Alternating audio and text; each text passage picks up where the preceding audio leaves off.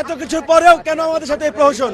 আমরা বাড়িতে যেতে পারি না, আমরা বাড়িতে যেতে পারি না, আমরা রাস্তায় হাঁটতে পারি না, আমাদেরকে মানুষের টিটকারিমূলক কথা বলে তোমরা হাফ সুপারিশ প্রাপ্ত। এই এই এই অন্যায় কে দেখবে?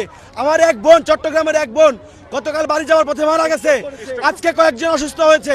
এই যে জীবন যাচ্ছে, এই জীবনের দায়ভার কে দিবে?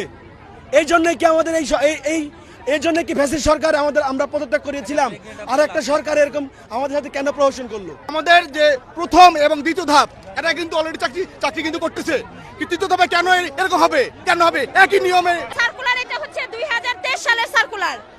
এটার রেজাল্ট হয় হচ্ছে মার্চ মাসের 21 তারিখে, আর এটা পরীক্ষা হয় মার্চ মাসের 29 তারিখে, আর রেজাল্ট হয় এপ্রিল মাসের 21 তারিখে।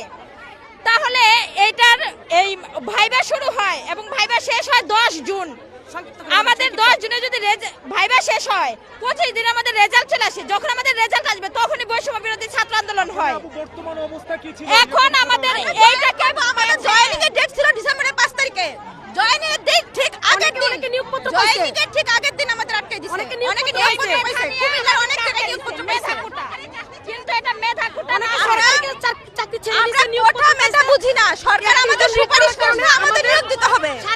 আমাদের সুপারিশ করলো কেন? আমরা তো সুপারিশ চাই নাই, আমাদের কেন সুপারিশ?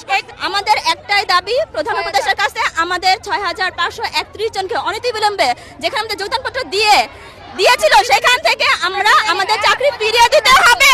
আমরা আমাদের চাকরি ফেরত চাই। আমাদের কেন সুপারিশপ্রাপ্ত এই সরকারি করেছে, তাহলে কেন আমাদের চাকরি কেড়ে নেওয়া হলো? আমরা শুধু এর জবাব চাই, আমরা অনুরোধ আমাদের চাকরি ফিরিয়ে দেয়।